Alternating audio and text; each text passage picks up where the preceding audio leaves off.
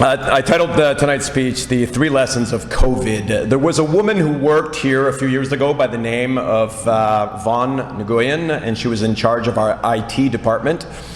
And she used to say when the internet crashed, kids would be freaking out. Like they'd be beating down her door in a panic. And she's like, it's like these kids think the internet is human rights or something. And that made me laugh. And I think that we feel that way about sports, right? And you think that you have the right to play your sport. And in a year like this year, you realize that sports are not a right. Sports are a beautiful privilege. Think about that. A society has to function really well for us to have sports, right? People have to have good jobs, and people have to have enough time off in order to bring their kids to play sports in leagues or to buy the equipment, or just think about professional sports leagues. Think about what a luxury that is. Sports are a beautiful privilege, and it can be taken away. As we've seen in the last 8 months, there are lots of schools who don't have any sports at all. So lesson number 1, don't take sports for granted. They are not a right. It is a beautiful privilege, and you should be incredibly grateful and thankful for that. All right, lesson number 1. Lesson number 2, when coaches and students found out there might not be any games this year, that kind of changed things, right? People were kind of like going, oh, well, what? No games? Why are we doing this then? What's the point? What's the point? Really? I have the answer for you. The point is practice.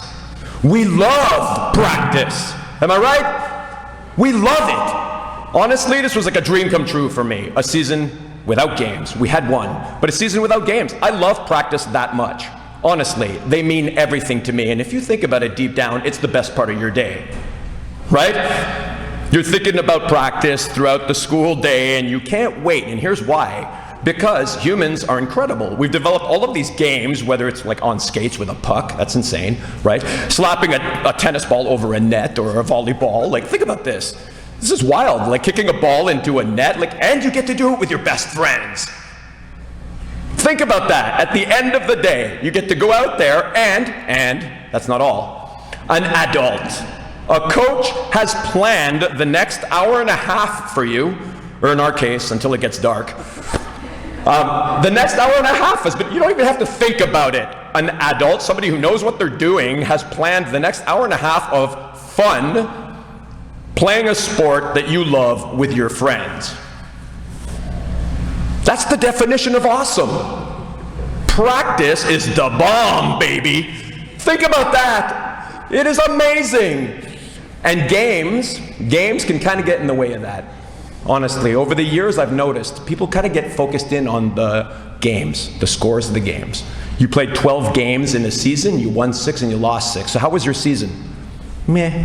Average. Really? Average. You forgot about all those practices that you got to spend an hour and a half with your best friends playing a sport? Like, we got to get our priorities right. So that's lesson number 2. And lesson number 3 is, for me, my team this year. I can honestly say through all of my seasons of coaching, I've coached a lot of years and a lot of different sports and a lot of different levels, I can honestly say you'd be hard-pressed to find any coach in this room, any coach in this school, or any coach in the world who feels like I feel right now about our season. And that's because I loved every minute of every practice. It's really hard for coaches to feel like that. The chemistry has to be right on the team. The girls have to get along. They have to be kind, they have to be nice, but they also have to compete because coaches want to see that. They want to see girls actually work hard and compete out there on the field. So I had the perfect combination. And that is the greatest gift you can offer a coach, is to come to practice every day with your enthusiasm and positivity, but also with that competitive edge that you want to improve even though there's no games. Are you kidding? That's the dream for a coach. So I just want to end by saying, thank you. That was amazing.